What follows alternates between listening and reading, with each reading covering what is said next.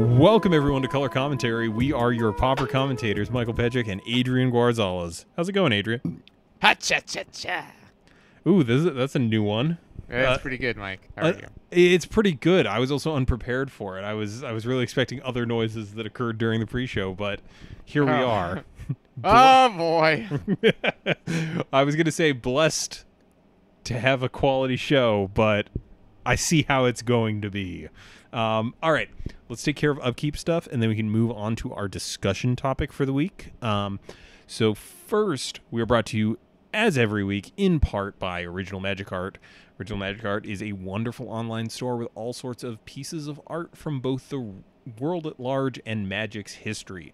They have these on a variety of dice bags, playmats, they have art prints, and they even have tokens. So as an affiliate, you can either go to the URL originalmagicart.store/commentary, spelled as it is in the name of the podcast, or you can use our affiliate code commentary, all caps, spelled again as it is in the name of the show. And if you do that, you'll get a little bit of a discount. You'll get 10% off your order. We get a little bit of a kickback, so you're helping keep the lights on over here. And on top of that, you're also going to be getting a sweet discount on some truly wonderful magic accoutrement.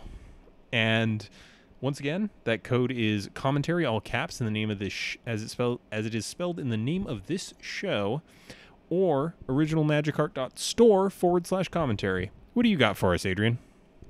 Well, you can join the Patreon for just $1 an episode. You too can hear the full show, including the pre and post shows, and you get access to our Patreon exclusive Discord channel. I am running a little bit late on Common Area, but it is still happening, so thank you all for bearing with me. Yeah. All right.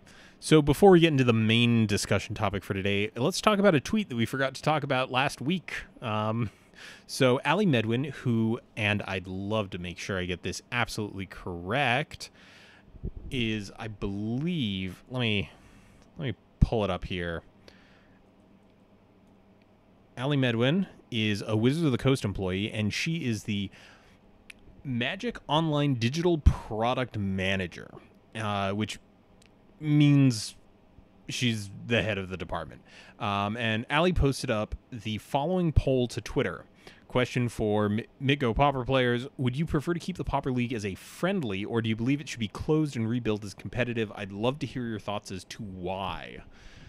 And as we can now say, it wound up with 54% voting for keep it friendly and 46% voting for make it competitive. So, Adrian, what does this come down to? Because I'm not the biggest MitGo player.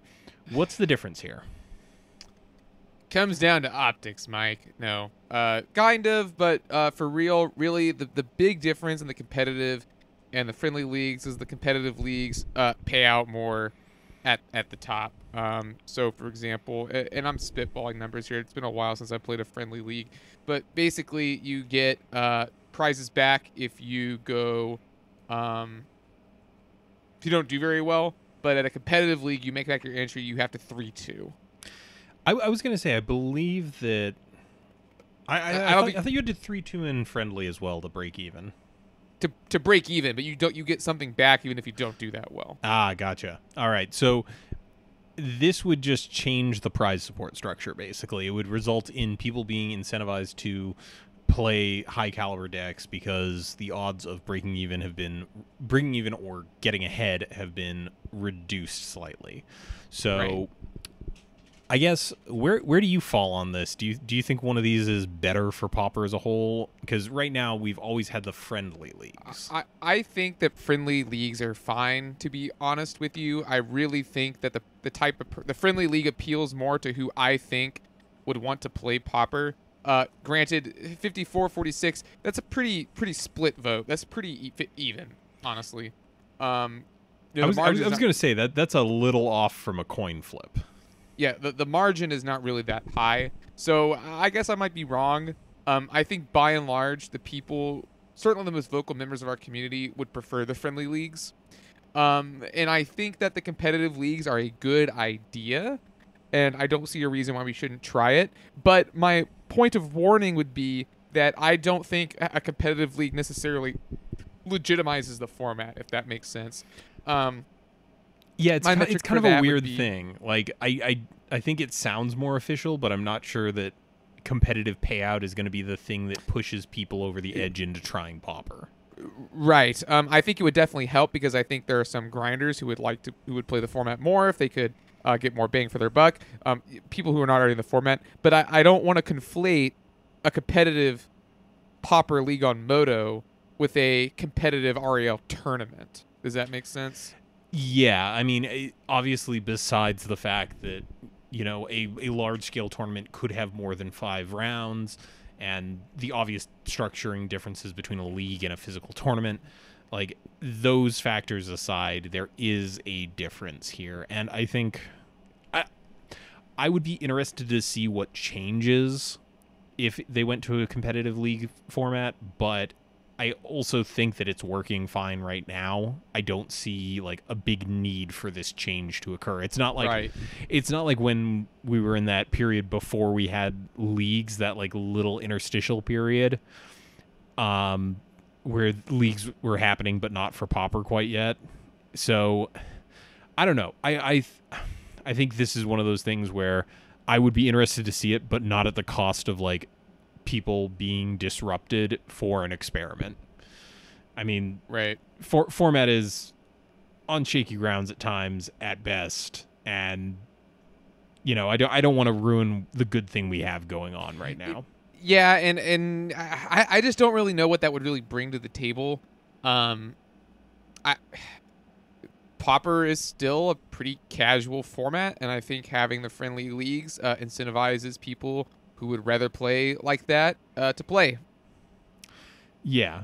All right. So, regardless, it looks like it's not going to be changing at all. There was some, back and forth discourse on the matter, and I think the big thing that I do want to touch on before we leave this topic is a lot of people in the replies were saying like, oh, we'll just do both, and I think that's the wrong tack to take simply because Pauper does not have the biggest of communities, and I think that stratifying that even more will make it it'll make it worse, not better, right? Yeah, I think it's a bad idea. All right. So, now that we've talked about, meta discussion stuff outside of the scope of actual Pauper decks and so on, we've got a deck this week, and this one actually showed up in our Discord, and people had a little bit of discussion about it. And we wanted to talk about it because we thought we could dovetail conversation into it nicely. What do we have here, Adrian? Did the microphone pick that up? It sure did. All right, I'm going to come at this from a good angle. It appears that we have a mono black Land Destruction, which I will have you know. Land Destruction is the trademark of the nefarious knave Marine Bro. And so, yeah, let's talk about it. All right, so this is a mono black deck, and we've seen variants of Land Destruction decks before because throughout Magic's history, Land Destruction has been sometimes a black effect, sometimes a green effect, sometimes a red effect, and over the years has kind of been phased out because folks within Wizards R&D have deemed that it is a, quote, unfun play experience when it's too good. And yeah, who are they to say what's fun and what's not fun? The game designers. Well, so, I mean, not to tangent too hard, but I did recently put together a Land Destruction EDH deck because I wanted to, and that was kind of one of the reasons why I went with this as our list to discuss for the week, because I feel like there's some cross-applicable lessons. But let's get into this list. So this list is running a whopping 6 creatures. So we have 2 copies of Thorn of the Black Rose, 3 and a black for 1/3 with Death Touch. When it enters the battlefield, you become the monarch. And then we got 4 copies of Gurmag Angler, the big old angler, our buddy. You know him. Gangler. Yeah, the Gangler. So 6 creatures is a little slim. What do you feel about these things? Like, these are obviously some high impact black creatures in the scope of things, but is 6 enough? Well, that's a good question. I think that picture will become a little bit more clear as we look at some of the other parts of this deck. But at first blush, I would say no. 6 is really not that many. This deck better have some other ways of winning the game or at the very least, a way to close it out, because we'll get a little bit more into the deck's game plan, but I don't think you're casting these as soon as you're capable of casting them. Yeah. So let's. This is obviously the land destruction deck. Let's get into the land destruction. So we have 4 copies each of Choking Sands, Icequake, Rancid Earth, and Befoul. And in order, we'll talk these through. Choking Sands, 1 black, sorcery, destroy target non-swamp land. If that land is a non-basic land, it deals 2 damage to that land's controller. And this is certainly the least bad one. Yeah, this used to be a sideboard card when mono black was more prevalent. It was usually brought in for the Tron matchup or to punish people who were playing Karuz extensively, and it does its job. Like, the non-swamp bit hurts a little bit, but since black has kind of been on the out lately in terms of overall popularity within the format, it's probably a little bit better than it used to be. Then we have 4 copies of Icequake, which is 1 black, destroy target land. If that land is a snow-covered land, Icequake deals 1 damage to that land's controller. Is this better or worse than Choking Sands at this point in the metagame?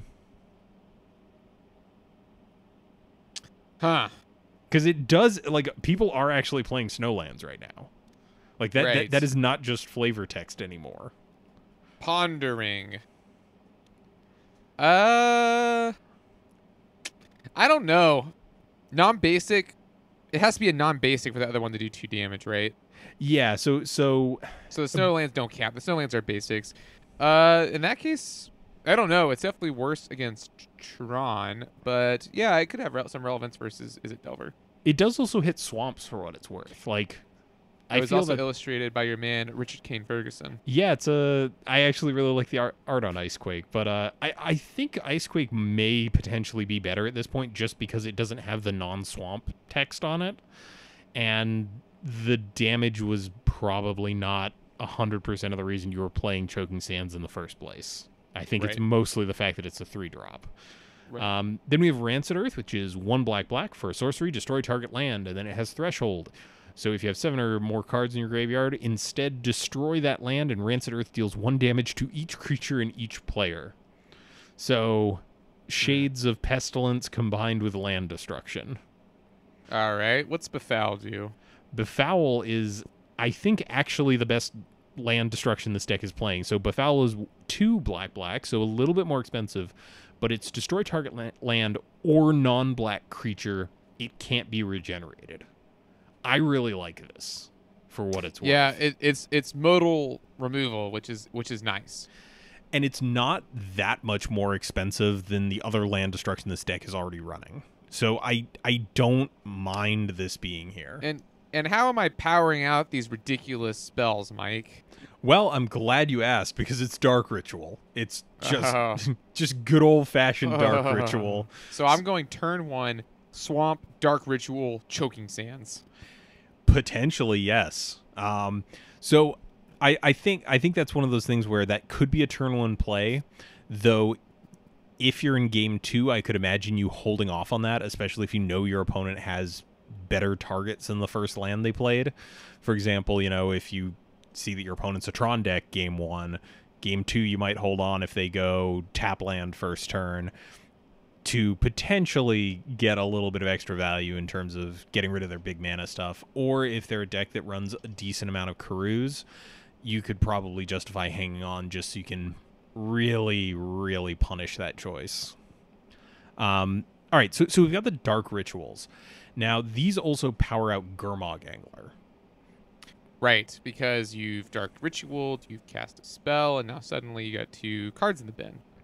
Yeah, or, I could see late game if you draw into one of these Dark Rituals and you've got an Angler, the Angler can count as 4 mana towards the Angler. Oh, I see what you're saying, yes. I think either one of those is a valid play. Like, I don't think one of those is better or worse, but I think that it does lend a little bit more diversity to sort of the play pattern behind Dark Ritual here. Right. And let's talk a little bit about some of the support spells.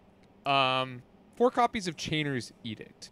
Mono black deck, I guess don't leave home without it. 4 copies of Night's Whisper helps keep you flush in cards, as well as provide some angler fuel. And then we've got 4 of Sign in Blood. So 8 copies of Draw 2, lose life effects.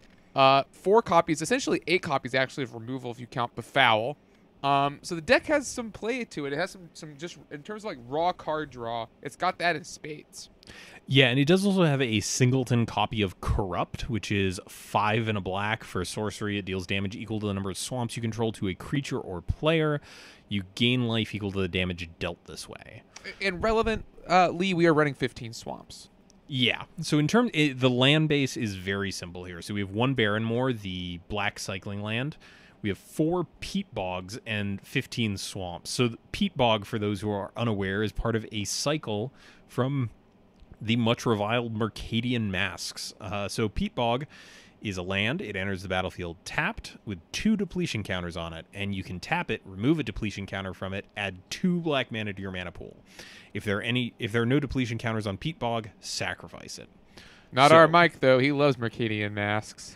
I have a certain affection for Mercadian Masks since I remember it from my childhood. But all right, so peat bog is an interesting inclusion here. So if we look at the curve, there's very little in the 1-drop slot. There's a decent chunk of stuff at the 2-drop slot, but did we say what peat bog does? Yeah, we covered it. Okay, cool. So what I'm seeing here is the line of play being turn 1 peat bog, turn 2 swamp, land destruction. So just trying to power out land destruction as soon as humanly possible. The deck is very in on powering stuff out via Dark Ritual or via peat bog. It definitely wants to expend resources early on in the game in order to deny its opponent's resources. Yeah, and of note, there's also 1 copy of Pristine Talisman in here. I'm assuming, again, it not only ramps you, but it also lets you kind of hang on a little bit if your opponent happens to get an aggressive start. And then I'm not sure I like it. It seems very low impact in this deck, to be honest. But yeah, that's definitely what it's there for. It seems like it's in a bit of an odd place. In terms of mana rocks as a format, we don't really have that access to that many of the 2-drop mana rocks.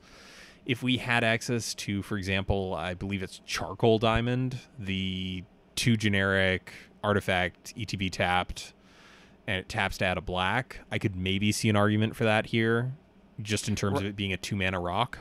You could theoretically play the Signets and just have them then tap for like black colorless. Yeah, I mean that's not the end of the world, because yeah, this Pristine Talisman is not enough to slow down your opponent just having an incredibly like gas-filled start where they just flood the board. The life game must be more relevant than we're giving it credit for. I just can't help but feel like the life gain is not going to be enough if your opponent has the super aggressive start, and if they don't and you just get to punish them for playing slowly, you're already winning that game, and this kind of feels win more-ish. I don't know, that's just me. All right, so returning to that topic we touched on earlier, those 6 creatures, do you still think that that's not enough?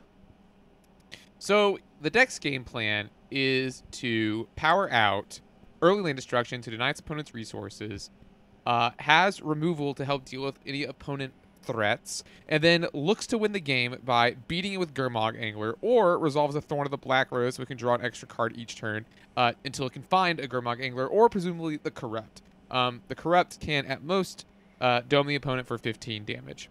So I'm thinking that, yeah, it's probably enough. Honestly, it really probably is. Although part of me wonders if Phyrexian Rager might just be better at some point, just because it can draw you a card and beat it for 2. Maybe you want more removal. Maybe that's why the deck's not playing that. But yeah, a 5/5 will get the job done. Yeah, I mean, it's not thrilling, but I'm sure that if this deck executes its game plan, it's probably going to be able to make short work of the opponent with those creatures. So I don't think it's, it's a little on the anemic side of things, but it's not the main focus of the deck anyway. So, all right. So we've got this deck in front of us. What are you thinking with regards to this? Does this feel like the type of thing you'd want to run, or does it feel a little bit out there? This is not the type of deck I would like to run. I'm just not that interested in playing uh, decks that are quite as in as all this. Now, is there sort of a midway point between this and mono black control that you'd be a little bit more excited in?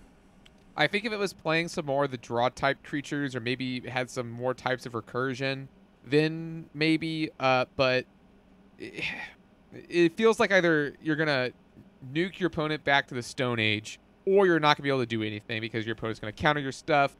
A lot of your cards seem pretty low impact the longer the game goes. So really, you're banking on the couple first turns being able to lock your opponent out of the game.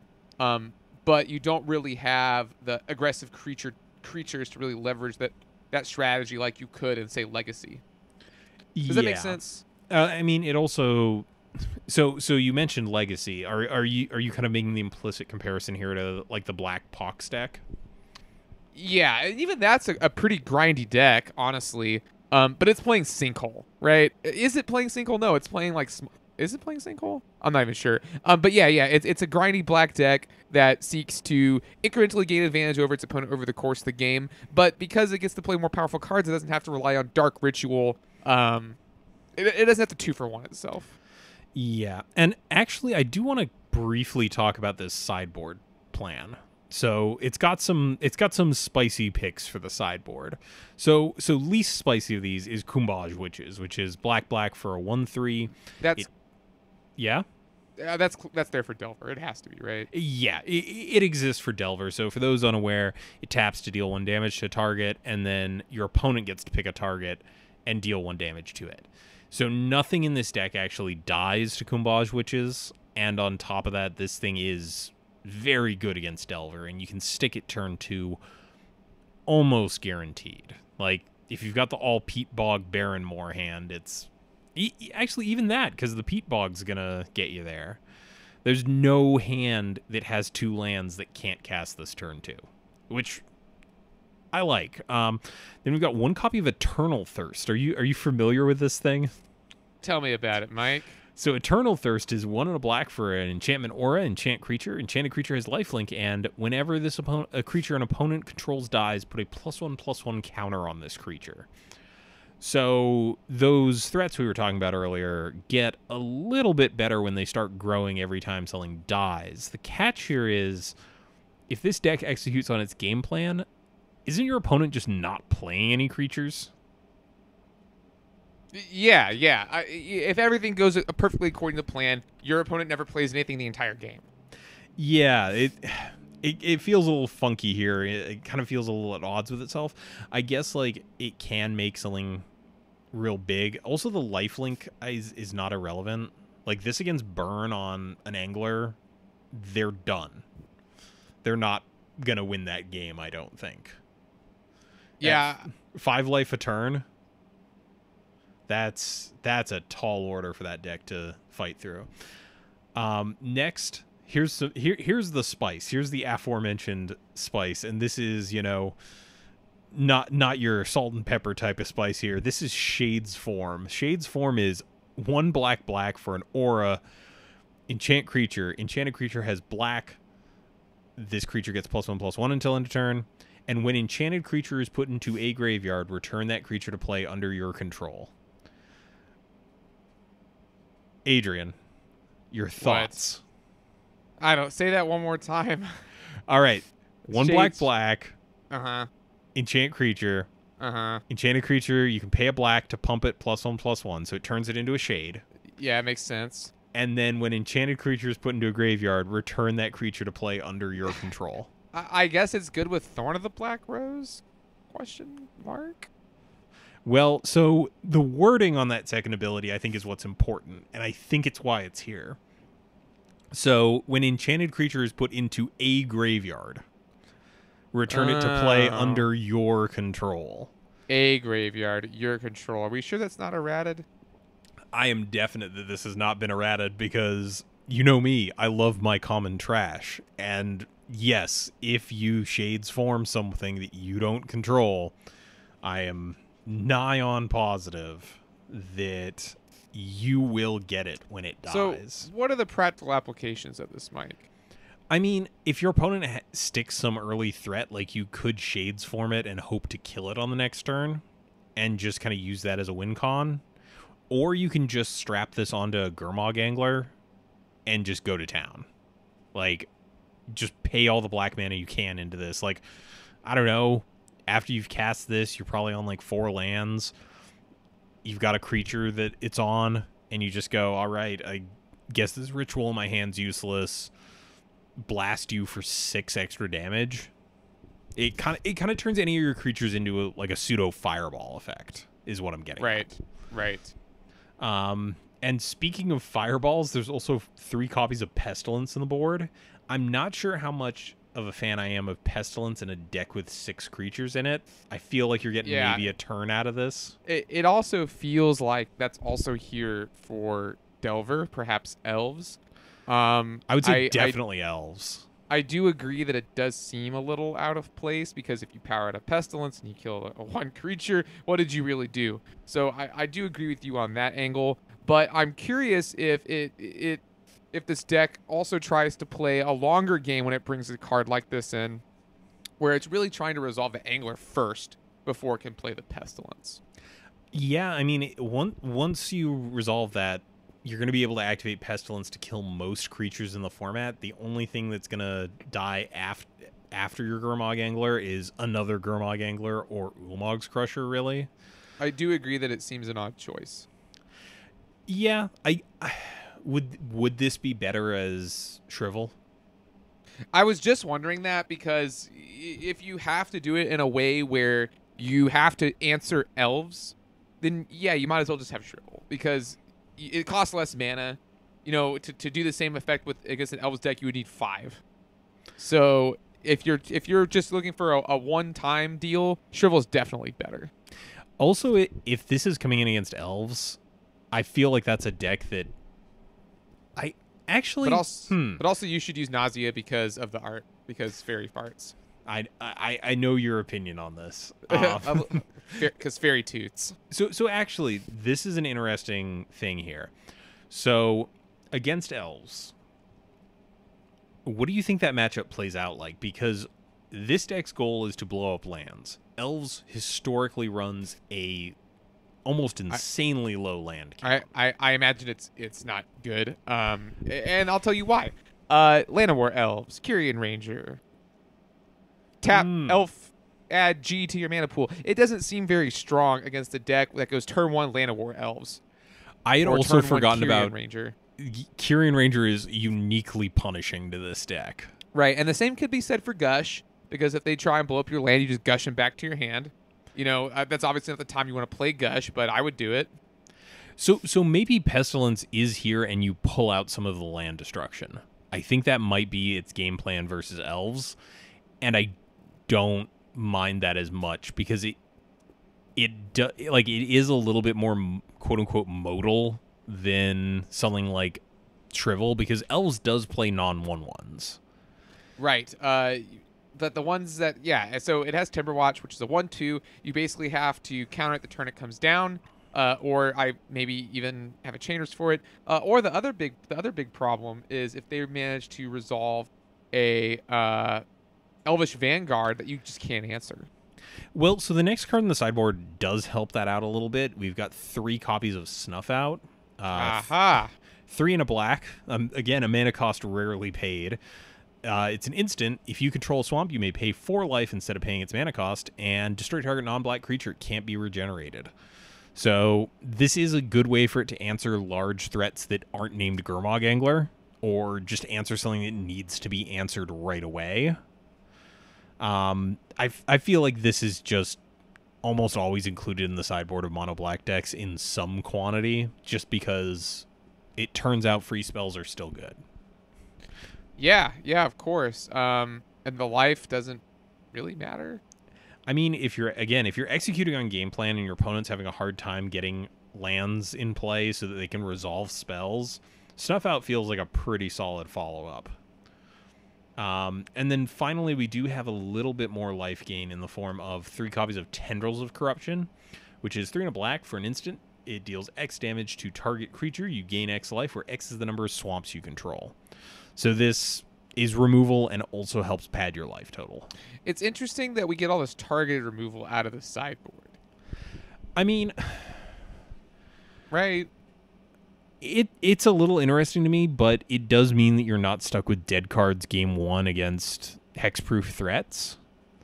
Right. But I do see where you're coming from on that. It does feel a little bit awkward that those are in the board when they might, like, outside of the 4 copies of Silhana Ledgewalker and Stompy and Boggles as a deck as a whole, there aren't really that many other hexproof threats in the format. So it feels a little funky that we'd go sacrifice stuff on the front end of the deck and revert to targeted removal post board, but I also have not played the deck, so maybe there is a very good reason for that I just can't see from a glance.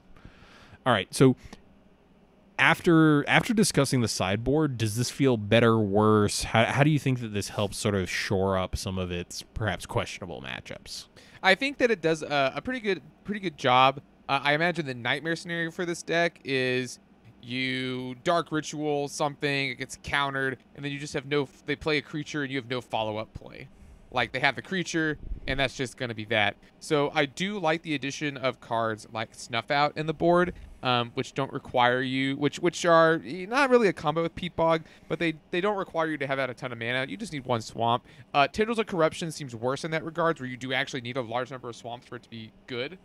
And then you've got, so cards like Eternal Thirst and Shades Form, I feel like look good, but I'm very curious as to how those actually play out, because when we're dealing with cards like Scred, it seems pretty bad because they can just Scred in response. Yeah, it is. Maybe you don't even bring it up in that matchup. I'm just saying in general against removal, it seems bad. Yeah, I mean, that's always the difficulty when talking about these land destruction decks is if you're executing well in your game plan, you can resolve whatever the hell you want. It doesn't really matter at a certain point. But if you stumble and they manage to resolve a couple of threats, you can kind of suffer for it. And over the years, we have seen different takes on pauper land destruction, and I do think that black does have a vote in its favor just in terms of it does get removal for creatures, which red gets a little bit of, and it scales okay. But green doesn't really have removal for creatures, and that can be a bit of a weak spot for the green-oriented versions of land destruction decks. And and like the other trade-off in the other direction is green does get ramp effects. Like so those ramp effects in the green decks can help a continued deployment of threats, if that makes any sense. Like rituals versus ramp represent very different game plans. And it almost makes me wonder if this deck, I don't want to say it needs another color, just because our mana in Pauper is such a tricky subject. But I mean, this has got to be close to the best you can ask from a mono black land destruction deck, right? Right. I do think the green ones are stronger for what it's worth. Just because, yeah, you can get another land, and that'll ramp you to your next one. It's sweet. Yeah, not being able to play like also not being able to have like this effect on a creature, I think doesn't help. Right, because the green has the moss whatever. Mold Shambler. Yeah, that's it. Which technically gets non-creature permanents, I believe. But all right, so I guess now is kind of as good a time as any to kind of dovetail into our discussion. And we've touched upon this before. Like, is land destruction actually good in Pauper?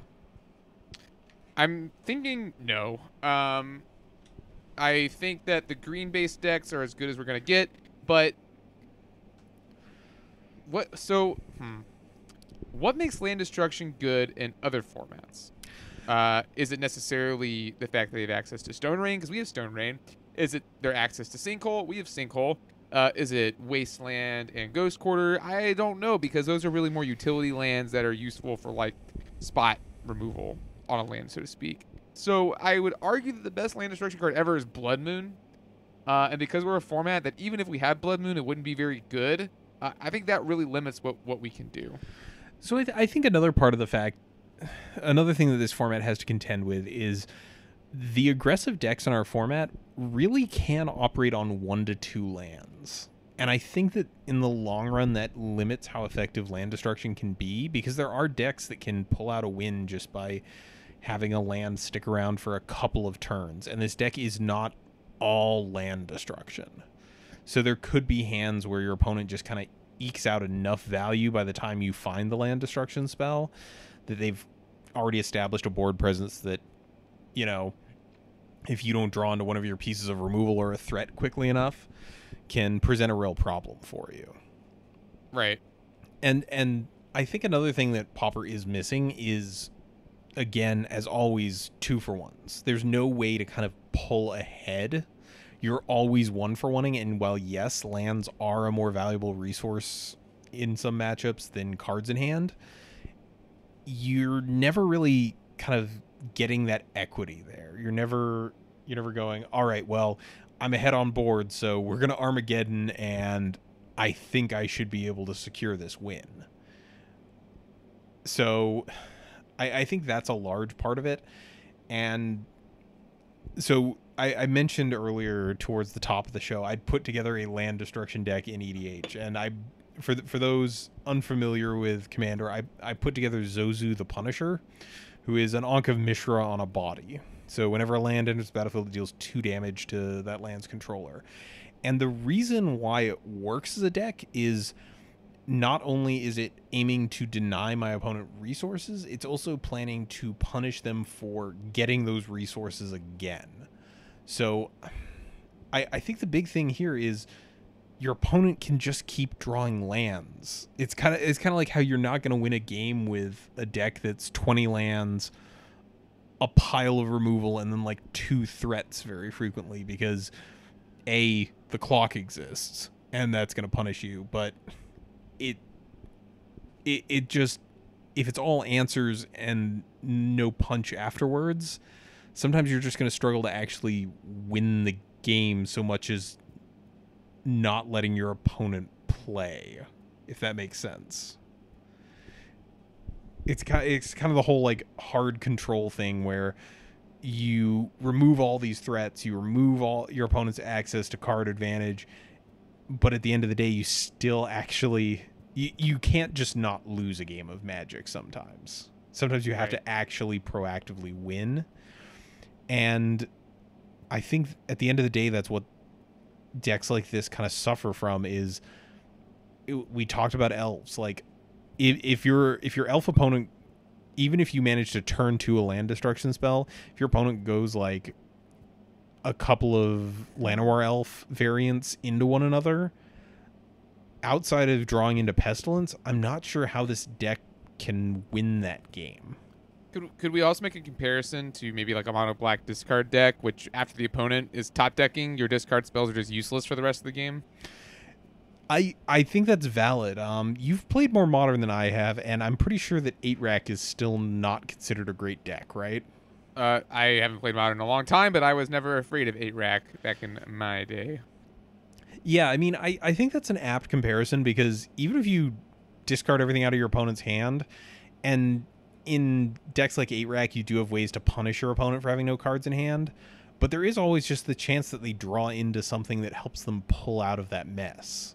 There's no way to stop your opponent from drawing that card at the beginning of their turn.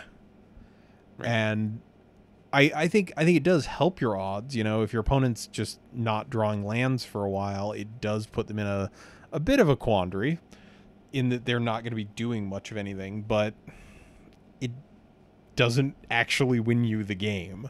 It's kind of, I think another apt comparison would be something like Mill, where until you get rid of the last card, Mill is not actually winning the game.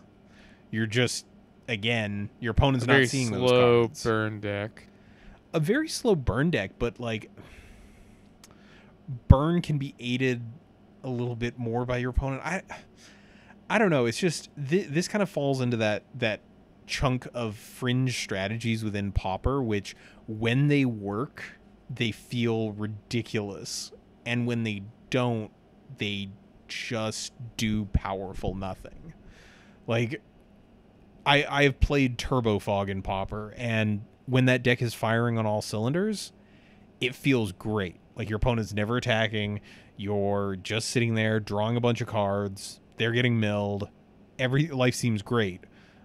But if that's not the case, you're just getting your teeth kicked in by an aggro deck that's, managed to, I don't know, toss some counters on a Young Wolf or something, or Rancor up another threat.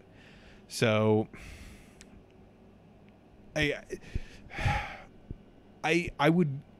hesitate to say that I'd be okay with seeing some type of this strategy in our format, but we miss out on like other stacksy elements. Like you can't really build stacks in Pauper, right? No. Yeah, no. Like we don't have any tax effects. We don't have any tax effects, but also we don't have any of like the smokestack effects where everyone is getting hurt. Which is fine. I feel like we could tangential a whole conversation someday into archetypes that don't really transfer into the format, and that's fine. That's not today's conversation, though. Yeah. We did earlier touch on Legacy Pox, and that deck... That is true. Like, that deck's interesting because it plays the resource denial game, but then it also gets to play stuff like Liliana of the Veil and... I'm blanking on it. It's not Workshop. What's the creature land that turns into an assembly worker? Factory? Fisher's Factory. Yeah, so one of its threats that can win the game is a land. It's just a land drop. It costs no mana. It's hard for a lot of decks to interact with. Because at the end of the day, like, this deck we're talking about today is still playing creatures that can be interacted with. And that puts you in kind of an awkward position because you only have 6 of them.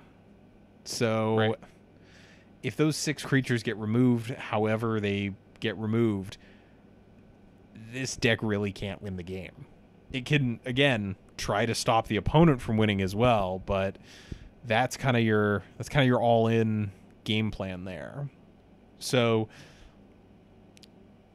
is that the main thing holding this deck back? The fact that we just don't have access to the more powerful removal options? Or do you think that effects like Kyrian Ranger and Gush play a decent role here as well? I think it's a combination. I think it's a combination of a combination of not having really the tools we need in order to be a successful land destruction deck, coupled with the ways that popular decks have ways of bouncing lands to their hand cost free, or as a cost, quote unquote. Yeah. In a way that is difficult to respond to, because Wizards has thankfully had the foresight to make almost every piece of land destruction sorcery speed. There's a handful of them, like there's Reign of Rust, which is a 5 mana red spell that's instant speed, but by and large these effects clock in at sorcery speed, so there's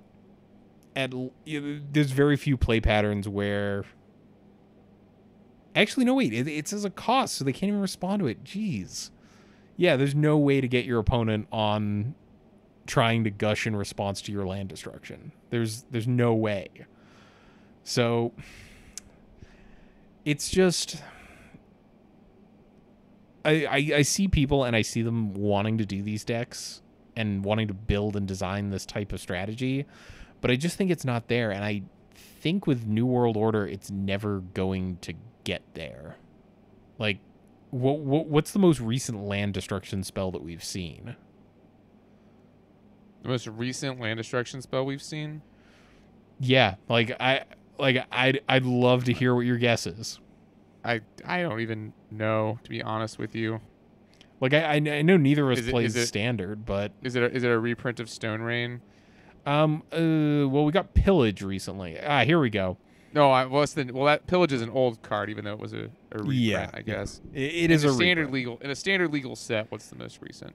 All right, I'm looking here. Actually, so what? Dominaria was one of our most recent sets. Do we have anything from there? Yes. Okay, so here we go. Here's our most recent land destruction spell that I can see in Pauper, and Okay. it is Seismic Shift. It's 3 and a red, so already we're at the 4 mana point, which, as we talked about in this deck, that got you kill a creature or a land. Seismic Shift is 3 and a red for a sorcery. Destroy a land. Up to 2 target creatures can't block this turn. That's a pretty far bad. sight. Yeah. I mean, comparing it just to other options for our format, that's not good. And we're not even talking about like more powerful land destruction spells that Wizards has printed. Seismic Shift is just miserable and would not make it in any of these sort of strategies, especially because if you're blowing up their lands, they may not have creatures to not block. So that may just be flavor text on there. So Might as well. Might as well, right? And I guess, what do you think it is that draws people to this type of deck? I think people like alternative strategies, and I think that decks like land destruction or discard, I think those are, people consider them to be alternative. Not necessarily win conditions, that's going a little too far, but definitely like just alternative ways to play the game and to deny your opponent resources. So, since these sort of, well, let's call them alt-win conditions, even though this is one of the examples that isn't really it. Why do you think over the years these have resonated with people so much? Because because they're powerful. Yeah, I mean, is it that simple? Is it just that when these strategies cook off, they feel really, really powerful? Or is there something more to it? Is there something inherent to Magic that draws people back to these archetypes, regardless of how competitive or not they might be in a given format? Or is this another one of those? I know we haven't talked about it in a while. Is this a Pauper being cute kind of affair where someone's trying to do something funky for the sake of doing something funky? I mean, I think it's probably a mix. Depending on who you ask, you might get a different answer. For me, I think it's the thrill of winning with something that's a little bit more offbeat than just attacking with creatures. Even though that is ultimately how the deck wins, obviously. I don't know. I think there are just some people who like the resource denial plans available to them in the game. I mean, I certainly get that. It's just for me, it's a little bit curious that this is something that has resonated so well with players for the 25 years Magic has been around. And I think part of that is the fact that cards like Stone Rain and Armageddon have existed since the beginning of this game, but it's always, there's a certain point where it started to baffle me because I'm just like, they keep saying this is something they don't want to do, and they keep printing fewer and fewer cards that support these strategies, but there are people out here still trying to make these types of decks work. And I guess there's like some level of beauty to that, I guess. Not to push us into the weird philosophical territory, but getting weird and philosophical. I can't do good Jeff Goldblum, but life finds a way. No, you did good. You did good. All right. So I think, unless you've got any other talking points here, I think that probably wraps up this discussion on land destruction. Yeah, I think we're good. All right. You wanna take us on out of this show? Sure. Ooh, actually, before we leave here. Whoa. Okay. Before we leave, I do want to on air wish you best of luck, because when this episode goes up, you will be in GP Richmond. I hope you manage to enjoy yourself while you're out there. Go on day 2. Go have a bunch of fun, and yeah, try to day 2. And if anyone sees Adrian out there, please say hi to him for me. So nice of you. Yes, please do. All right, you can take us out of the show. All right. Well, thanks everyone for joining us today. This podcast is brought to you with the support of our patrons. Please consider supporting us if you like the show, including ABAC0. You've been a long-time fan. Thank you so much. Check out this video or the description of this podcast for details on where to find us. We'd like to remind you, if you're listening to this on a platform with reviews, leave one because they boost our visibility. If you've got an idea for a deck list or an idea for a topic, you can contact us either via our website or you can email us directly at colorcommentary@gmail.com. Special thanks to my LGS Pets Games and Mike's LGS JP Comics. And of course, L, you can find our theme song, Quantitative, and other great tracks over at soundcloud.net/ELLELLELL. So next week, this is Adrian and Mike, and we are signing off for Color Commentary.